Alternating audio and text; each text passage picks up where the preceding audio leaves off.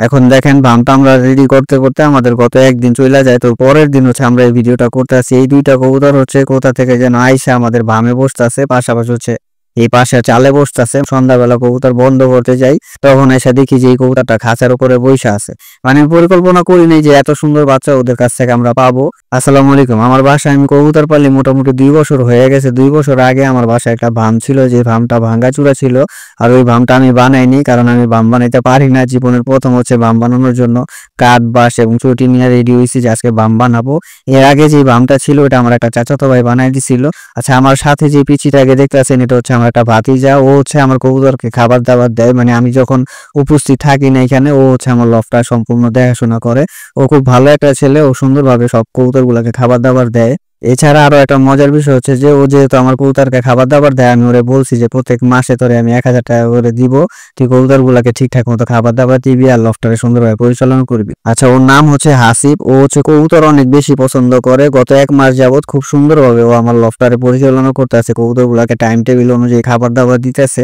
মানে আমি ওরে বলছি যে 2 বেলা পর্যন্ত খাবার দিবি কবুতরে, সকালে এবং বিকালে। ও হচ্ছে সকালবেলা স্কুলে যাওয়ার আগে হচ্ছে কবুতর গুলাকে একবার খাবার দিয়ে যায়, এরপরে স্কুল থেকে আইসা আবার খাবার দেয়, তারপরে ও কোচিং এ চলে যায়। মজার বিষয় হচ্ছে যে গত 1 মাস কাজ করার পরে আমি যখন গ্রামে গেলাম, যাওয়ার পরে ও আমারে বলতেছে যে চাচা, আপনার কাছ থেকে তো আমি 1000 টাকা পাবো 1 মাস পরে, আমার টাকা লাগবে না, আপনি আমারে কবুতর দিবেন। এরপরে ওর কথা অনুযায়ী আমি রাজি হয়ে, আচ্ছা ঠিক আছে তাহলে আমি কবুতরই দিব। তো আমি পরিকল্পনা করছিলাম যে ঢাকা থেকে খুব সুন্দর 2 জোড়া কবুতর ওর জন্য আমি নিয়ে যাব। কিন্তু একটা সমস্যা হয়েছে, আমি যখনই পরিকল্পনা করি যে হাটে গিয়ে ওর জন্য 2 জোড়া কবুতর কিনবো, তখনই হচ্ছে বৃষ্টি বাদল থাকে অথবা টাইম টেবিল মিলে না, মানে হাটে যাওয়াই হয় না আমার ওর জন্য কবুতর আনতে। আচ্ছা, কথা বলতে বলতে আমরা ভাম উঠায় ফেলছি। মাশাআল্লাহ, দেখেন ভামটা মোটামুটি আমার কাছে ভালো লাগছে। আপনাদের কাছে কেমন লাগছে অবশ্যই কমেন্ট করে জানাবেন। আর যেহেতু জায়গা সংকট, এই জন্য আমরা খাঁচার সাথে আপাতত ভামটারে বাইন্ধা দিছি। পরবর্তীতে এটারে আমরা খুব সুন্দরভাবে একটা সাইডে সেট করে দিব। এই যে দেখেন ভামের অবস্থা। আর এমনিতেও হচ্ছে আমার কবুতর গুলা ভামে বসার অভ্যাস এখন আর নাই, আগে ছিল। জানি না কবুতর ভামে বসবে কিনা, যাই হোক আস্তে আস্তে আমরা অভ্যাস করাই নিব। এখন দেখেন ভামটা আমরা রেডি করতে করতে আমাদের গত একদিন চলে যায়। তো পরের দিন হচ্ছে আমরা এই ভিডিওটা করতে আসি। এই দুইটা কবুতর হচ্ছে কোথা থেকে যেন আইসা আমাদের ভামে বসতেছে, পাশাপাশি হচ্ছে এই পাশে চালে বসতেছে, মানে আমাদের বাসার উপরে উড়াউড়ি করতেছে, আমাদের এই বাসায় নামতে চাইতেছে। প্রায় 1 থেকে 1.5 ঘন্টা পর্যন্ত এই চালের উপরে এই কবুতর দুইটা বসে আছে। আমি দেখে ভালোভাবে বুঝতে পারলাম যে এই কবুতর গুলা খুব নতুন নতুন ছাড়া পাইছে, মানে যে পালতো খাঁচায় আটকায় রাখতো হয়তো। এর আগে হচ্ছে প্রায় 15-20 দিন আগে আমাদের বাসায় আরেকটা গররা কবুতর আসে, যেটা একটা মাদি কবুতর। আমি যখন সন্ধ্যাবেলা কবুতর বন্ধ করতে যাই, তখন এসে দেখি যে এই কবুতরটা খাঁচার উপরে বসে আছে। এরপরে কবুতরটা ধরার পরে দেখলাম যে ওর দোনো চোখে পানি ছিল, খুবই দুর্বল ছিল এবং খুবই অসুস্থ ছিল কবুতরটা। আমরা ওরে প্রায় 15 দিন পর্যন্ত ট্রিটমেন্ট দিয়ে ঠিক করছি। ওরে অনেক ঠান্ডার ওষুধ দিছি, তারপরে চোখে ড্রপ দিছি। এরপরে হচ্ছে আজকে কবুতরটা একটু সুস্থ হয়েছে, এই জন্য আজকে বাইরে রোদ খাওয়ার জন্য ওরে ছাড়ছি। পাশাপাশি হচ্ছে যে আমাদের গ্রামের আশেপাশে যারা কবুতর পালে, যারা আমার রিলেটেড, যাদেরকে আমি চিনি, তাদেরকে প্রায় ম্যাক্সিমাম মানুষের কাছে আমার জিজ্ঞেস করা হয়ে গেছে যে আপনার কোনো কবুতর হারাইছে কিনা। মানে মুদ্রা কথা হচ্ছে যে ওর মালিক আমরা এখন পর্যন্ত খুঁজে পাইনি। আর আপনারা জানেন আমি এইসব ধরনের কবুতর পালি না। আমার কাছে যা কবুতর আছে সব হচ্ছে আপনার গিরিবাজ ভালো জাতের কবুতর, যে কবুতর গুলা খুব ভালো ফ্লাই করে। পাশাপাশি হচ্ছে আমরা রেসিং এর জন্য যে কবুতর গুলা ভালো হয়, আমরা ওই ক্যাটাগরির কবুতর একমাত্র আমাদের লফটে রাখি। এছাড়া আপনাদেরকে একটা কথা বলে রাখি, যেহেতু আমি গ্রাম সাইডে কবুতর পালি, এই জন্য আমার বাসায় মানুষের কবুতর আসাটা খুবই রেয়ার। এরকম কাহিনী আমার লফটে কখনো হয় না, খুবই কম দেখবেন আমার লফটে অন্য মানুষের কবুতর আসে। যাই হোক, এইখানে যে নর কবুতরটা দেখতেছেন, এই কবুতরটারে আমরা কিছুদিন আগে এই পাশে পেয়ার করছিলাম। মানে পরিকল্পিতভাবে যখন পেয়ার করছি, তখন ওদের থেকে আমরা কোনো ভালো বাচ্চা পাই নাই। এখন হচ্ছে যে ময়লা আবর্জনার মধ্যে ও ডিম দিছে। ডিম দেওয়ার পরে এখানে দেখেন আমাদের দুইটা খুব সুন্দর তাগড়া 2টা বাচ্চা হয়েছে।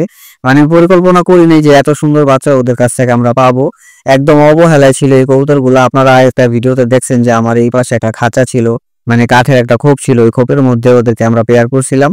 তখন ওদের ভালো বাচ্চা হয়নি, 1 জোড়া বাচ্চা হয়েছিল, ওই বাচ্চাগুলো মশায় কামড়ায় নষ্ট করে ফেলছে। এরপরে যখন বাচ্চাগুলো একটু বড় হয়ে যায়, তারপরে আমরা এই ঘরটাতে পরিষ্কার করে ওদেরকে হচ্ছে খাঁচার উপরে রাখছি। এখন ওদের বাবাই ওদেরকে খাবার দাবার খাওয়ায়। পাশাপাশি হচ্ছে কবুতর গুলা এই বয়সে খুব ভালো ফ্লাই করে। আমাদের এই রুম থেকে বাইরে বের হয়ে একা একা উড়ে আবার একা একা এই রুমের ভিতরে ঢুকা যায়। আচ্ছা, এখন দেখেন যে কবুতর দুইটা ওই পাশে চালে বইসা ছিল, তার মধ্যে একটা কবুতর উড়াল দিয়ে চলে গেছে, ওর সাথে আরেকটা কবুতর বইসা আছে। সম্ভবত এই কবুতরটা মাদি কবুতর। এই যে এই কবুতরটা উড়াল দিল, দোয়া করে যার কবুতর তার বাসায় যেন ফেরত যায়। এই কবুতর গুলা সকাল থেকে এমন করতেছে, কিছুক্ষণ পর পর উড়ে আবার কিছুক্ষণ পর পর আইসা পাশে চালে বইসা থাকে। আচ্ছা, আমরা হচ্ছে আমাদের কবুতরের পানির পাত্রগুলো আজকে চেঞ্জ করছি, যার কারণে কবুতর গুলা পানি খাইতেছে না। মানে ওদের পানির পাত্রটা চিনতেছে না, যে দেখেন এখানে এসে ময়লা পানি খাইতেছে।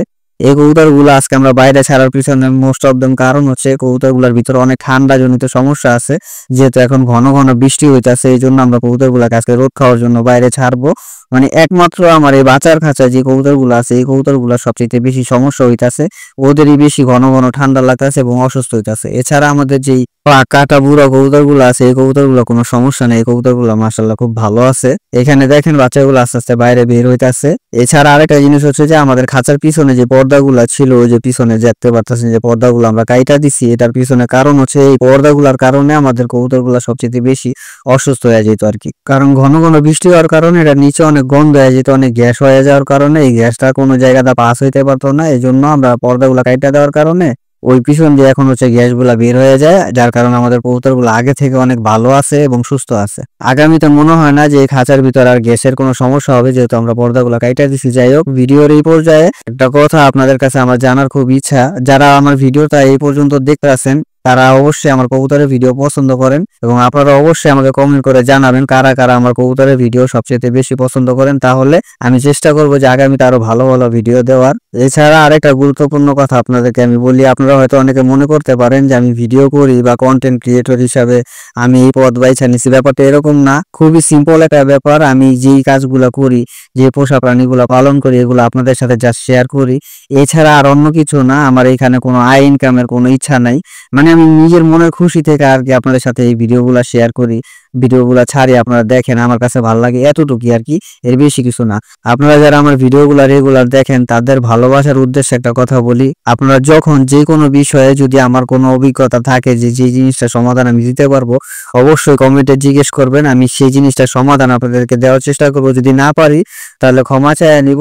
আপনাদেরকে আমি আবারও বলতেছি, আমি এই যে ভিডিও করি যাই করি একমাত্র শখের বশে করি, এর বাইরে আর অন্য কিছু না। তো আজকে এই পর্যন্তই, সবাই ভালো থাকবেন। আসসালামু আলাইকুম রহমতুল্লাহ।